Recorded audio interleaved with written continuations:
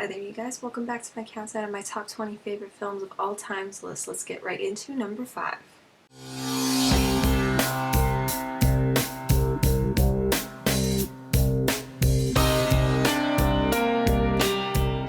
Number 5.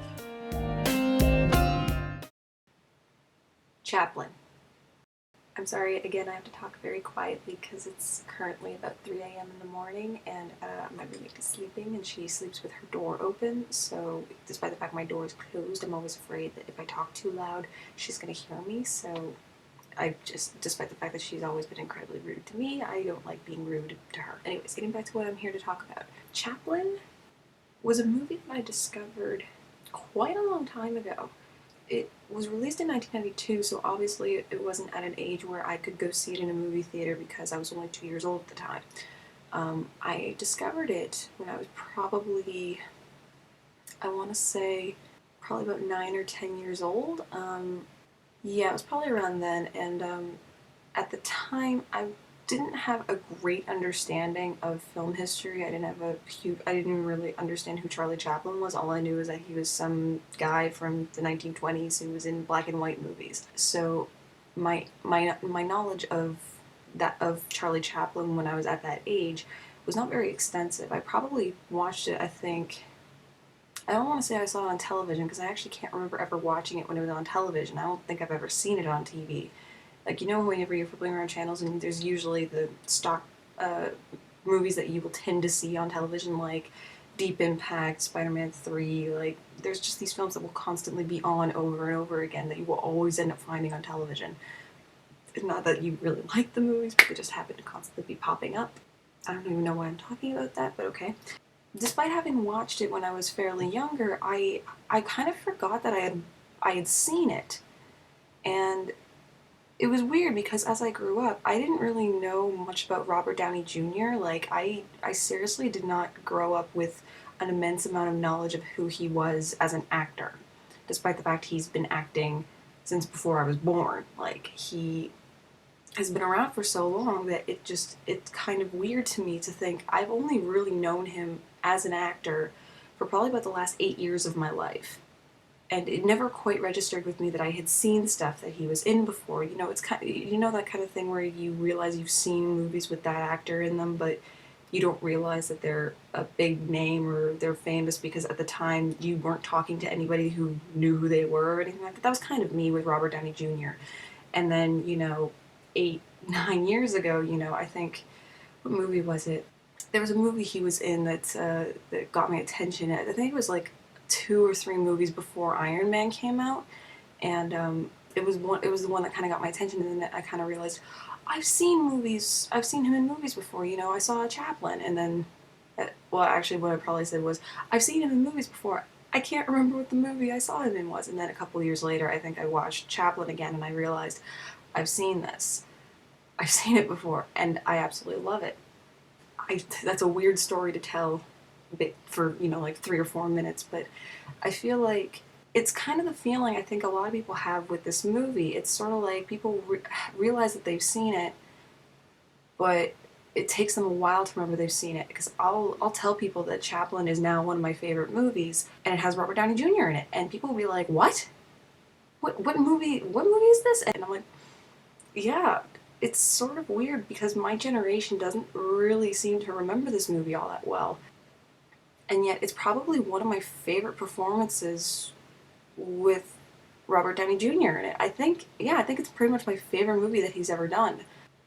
It's kind of hard to pinpoint, especially because I saw the movie before I had a real understanding of who Charlie Chaplin was. Now, having, you know, gone through film courses and film history courses and studying older films like Chaplin's, it makes more sense now, having watched the movie again since then, how well Robert Downey Jr. does in that performance and how amazing he is at portraying Chaplin in every sense of the word that you can possibly imagine. He is so able to capture that sort of nuance and that charm that Chaplin had in engaging his audience through his films. But it also kind of emphasizes, I think, something that Downey himself was going through at the time when he was doing a movie like Chaplin. Like, of course, everyone remembers that there was this era of Robert Downey Jr.'s career where he was working and he was doing great stuff, but he was, of course, heavily on the drug. And of course, if you watch the Inside the Actors Studio interview with him, it's freaking hilarious, but it's also really moving to watch him talk about that time in his life when he started getting into drugs, just because he got into it when he was really young, because his father and his mother were both working in the film industry. So he was exposed to that kind of stuff at a fairly young age. So it only kind of makes sense that he was into it at the time he was, especially in the late 80s, early 90s. It's kind of interesting to see such an amazing performance in a time of somebody's life where they're pretty much going through the hardest kind of stuff. This was the performance that earned Robert Downey Jr. An Oscar nomination. I think it honestly should have been praised more than it was, because critical reception of the movie, from what I've read, was not extremely positive when it first came out. Apparently, film critics called it, a very gossipered version of Chaplin's life. The fact that Charlie Chaplin has such a huge and expansive life.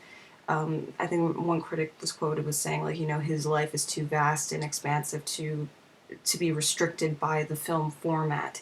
And yet, in my opinion, it's fitting that his biography is able to be made available through film, because it is what he is known for. He is this person who I feel single-handedly made the film industry accessible to a generic audience, like somebody who isn't so highbrow.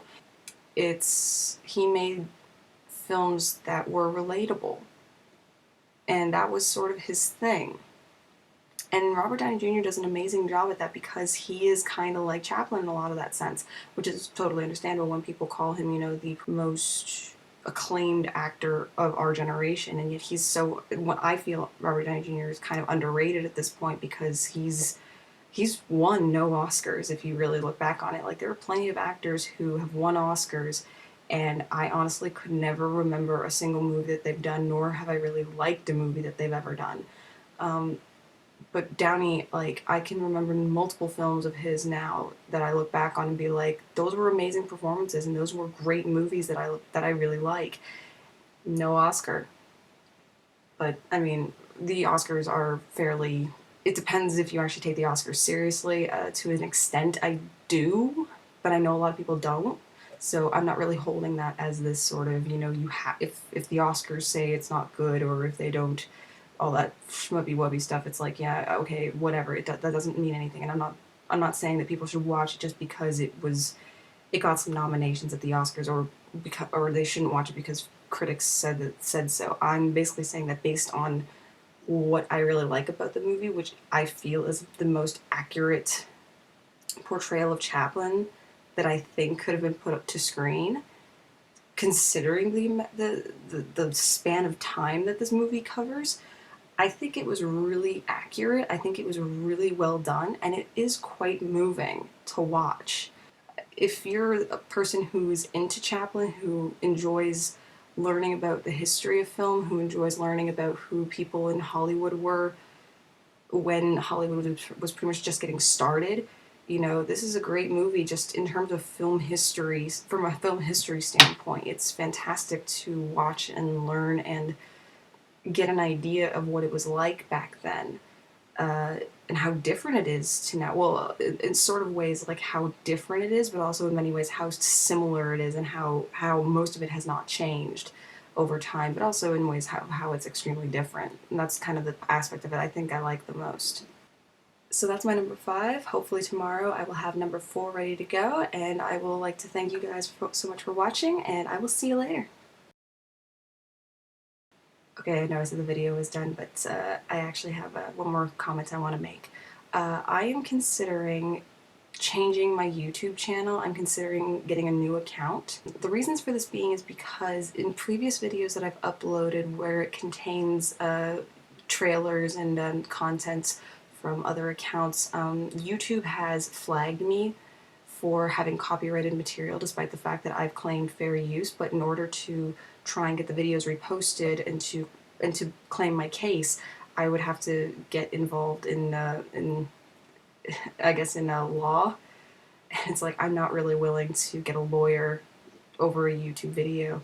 So at this point, I'm considering getting another channel because I have too many flags on this current account to get proper monetization. And I would like to start being able to take in some money from doing these YouTube videos, or even to just start fresh clean, because I have a lot of videos on here that I'm not very proud of. You know, it was this account, I opened this account when I was 17 years old, and I was making anime music videos and really stupid stuff like that. So it's like, at this point I would rather just start a brand new video channel that's just dedicated to videos like this where I'm talking to a camera. I will probably keep my old account for content like music videos if I ever get back to doing them, but otherwise I am hoping to start up a new channel relatively soon. What I will probably do is I will take all the videos that I've posted on this current account that I want to keep, and I will put them onto the new channel, and I will keep these ones up for a little bit and then probably post links, you know, all that kind of fun stuff. I just wanted to give you guys a heads up and also get your guys' opinion on changing channels, just because I know I only have about 200 subscribers, most of which have been subscribed to me since before I started doing these kinds of videos. So if my new subscribers who started watching me because of these videos, would you guys be opposed to me getting a new channel just because, you know, you don't want me changing, or would you be in support of that? Let me know in the comments section. I will read all the comments. Thank you guys so much for watching again, and hopefully I will have a new video up tomorrow. So, talk to you guys later.